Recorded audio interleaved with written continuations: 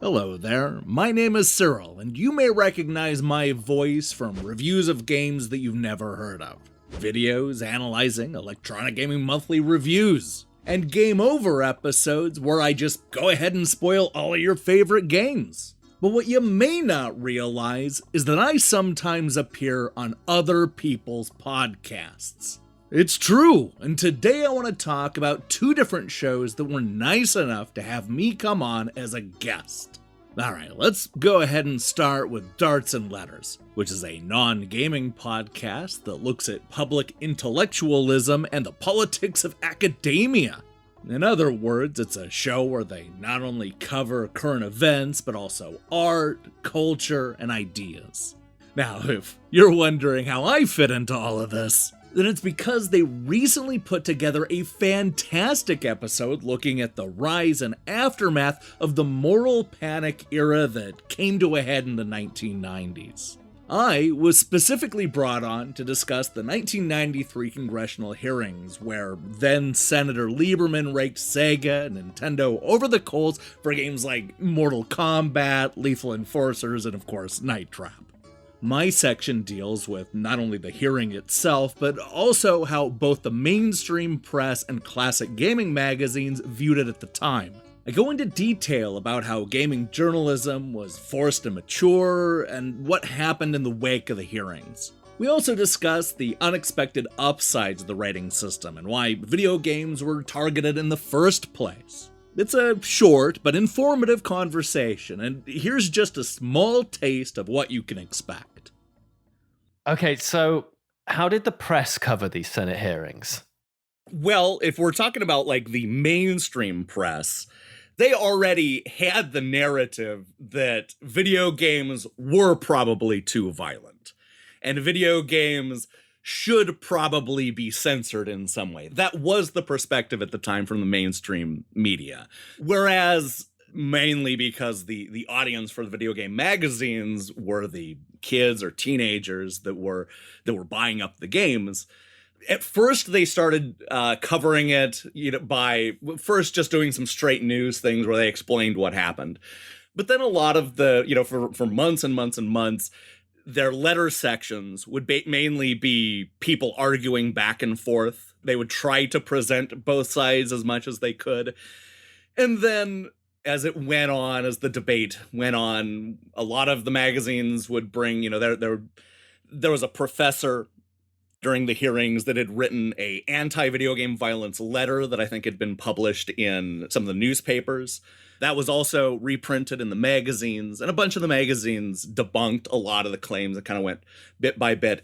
You do have to realize, and I think one of the big things about this is that up until that point, video game news wasn't really the driving thing in a video game magazine. The Electronic Gaming Monthlies and the Game Pros and the Video Games and Computer Entertainments and all of those different magazines mainly were there to hype games. Review them or just preview them, show big spreads of the screenshots. It was kind of just a hype machine. Maybe Game Pro would sneak 2 or 3 pages of news at the very end, or you would get some kind of fluff stuff about, there's rumors of something coming up. But it wasn't really until, this was around the time when you started to see the magazines realize that we need to start covering the news more in depth. It changed the way, like even the layout of the of Electronic Gaming Monthly at the time that would go for the rest of the time, where they it used to start with the reviews, but now it starts with a bunch of pages of news with the reviews way at the back. Earlier this month, I had the pleasure to be a return guest on the new Super Gamer podcast. Now, okay, if you want to get technical about it, this was actually my first time on the new show, but I did appear on the old Super Gamer podcast all the way back in 2014. That was 7 years ago, so of course I'm going to give host Mark McAvoy a hard time about it. This is a really fun conversation, and here's just a little bit of the drama that I plopped in his lap. Yes, so thank you for having me on again after 7 years. Actually, I don't want to derail this immediately, But and I know you're not like a drama podcast, Okay. but I think we have a beef. I wanted to, before this, I wanted to go back and listen to that old episode from 2014. But it was nowhere to be found. It has been scrubbed from the internets. This is true. Yeah. So I couldn't even listen to it. Why? Why Oh, no. are you censoring me? Okay, so you did say there might be some drama coming up. Yeah. This is it. Yeah. Okay, I can handle this. Okay. Well, I was scared. The short version is I only pay for so much hosting space, and we're now 77 episodes deep into the new Super Gamer podcast, Sure. and I just sort of got rid of the stuff that was from so long ago. 77 episodes. 77. How is that weekly? Yes, and this, okay, I'll bring it back to you. A little beef. So in 2014, you called me out, and you were like, "Hey, how come this thing is so sparse? You should be doing this like every day. It's not that hard." Which, first off, how dare you? Okay, well, it's true. It's true. No, but you were right, actually, and I've said many times on this show, and even to guests when we've stopped recording, who've kind of asked, "What's going on here?"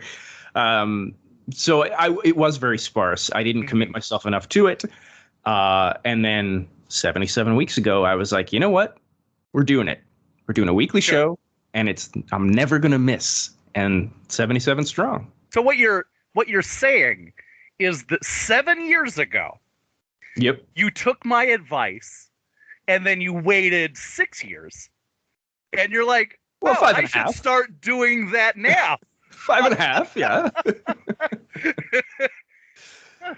You know what? I stayed awake every night thinking about it. Over the course of about an hour, Mark and I ended up talking about a whole bunch of different topics, including rebounding from 2020, my fascination with old school reviews, and what it's like to be a game critic in 2021. One of my favorite bits is when he challenged me about giving out low scores and being overly critical, especially when it comes to some of the smaller indie games. Do I feel bad about it? Well, here's just a small part of that discussion. Have you ever felt bad for, like, have you ever reviewed a game and you just hated it and you're like, oh, I don't want to do this to them? No, I actually, I think the bad reviews are helpful, because most of the games and most of the companies I'm dealing with are small teams that are making small games, or at least, what would be considered indie games, not something that's from like a AAA producer, because it tends to be maybe their first or second or third game, and they're not getting a ton of feedback already from critics. I feel that it's always important to give the, obviously the honest feedback and not sugarcoat it. I mean, you can put it in context. You can explain, yeah, this is their first game and first time developers make mistakes, but this is still a mistake. They're Right. still doing something wrong here. Or at least, what ends up being the case is that it's more like, this is a thing that's not great, but obviously this can be improved in a bunch of different ways, and here's some examples. Stuff like that. It's usually more instructive, and I think that's, especially when it comes to indie games, that's one of the really good things about critics. Right. Because I know for me personally, like I said, I don't review games, and this is not the reason why, but one reason I'd be really bad at it, as I've done more interviews and kind of immersed myself more in, I guess, the culture of game dev, not that I do any game dev, but there's certainly more. Anything I play now, there's always that feeling of like, but someone worked really hard on this. Of course. But somebody And works hard on everything. Mostly. I mean, like, We'll see when this episode comes out if that rings somebody true. worked really hard on The Room. Right. Fair enough. So just because somebody somebody working really hard on something doesn't mean that it's going to be good. And you can understand that. You try to draw that line where what you're doing is talking about what the game gets wrong as opposed to what the person that made that game gets wrong. Right. It should not be personal.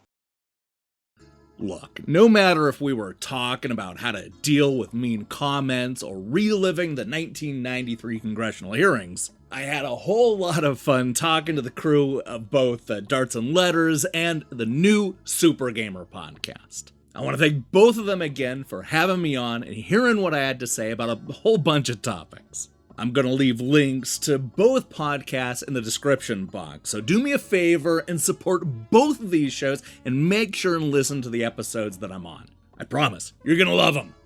Now, before I get back to enjoying my weekend, I want you to know that I want to do your podcast. I don't even care if your cat's the only listener you've got. I'll be there. I love doing these podcasts, and I'm down for just about anything. We can talk about my 2 decades of freelance journalism, EGM reviews, modern games nobody has ever heard of, and really just anything else. Hell, it doesn't even have to be about video games. Want me to talk about my favorite film noirs from the 1940s? I'll be there. Need me to rank pizza toppings? Sure, I'll do that. Hell, I'm already kind of a contrarian about it. I think pineapple goes pretty close to the top. And hey, maybe you want me to come on and read Meatloaf lyrics for an hour. Well, I won't do that. No, I won't do that. Look, the point is, I want to do your podcast no matter what the topic is. Just send me a message on Discord or maybe DM me on Twitter. Just get a hold of me and we can set something up. And then who knows, maybe I can promote it in another one of these videos. All right, you know what to do. Check out both the new Super Gamer podcast and Darts and Letters for my appearances. I'll be back later this week with a Marvel-themed Game Over episode and a review of T-30, which has one of the coolest gimmicks of the year. Now, do me a favor and click that subscribe button and, support what we're doing here. All right, until then.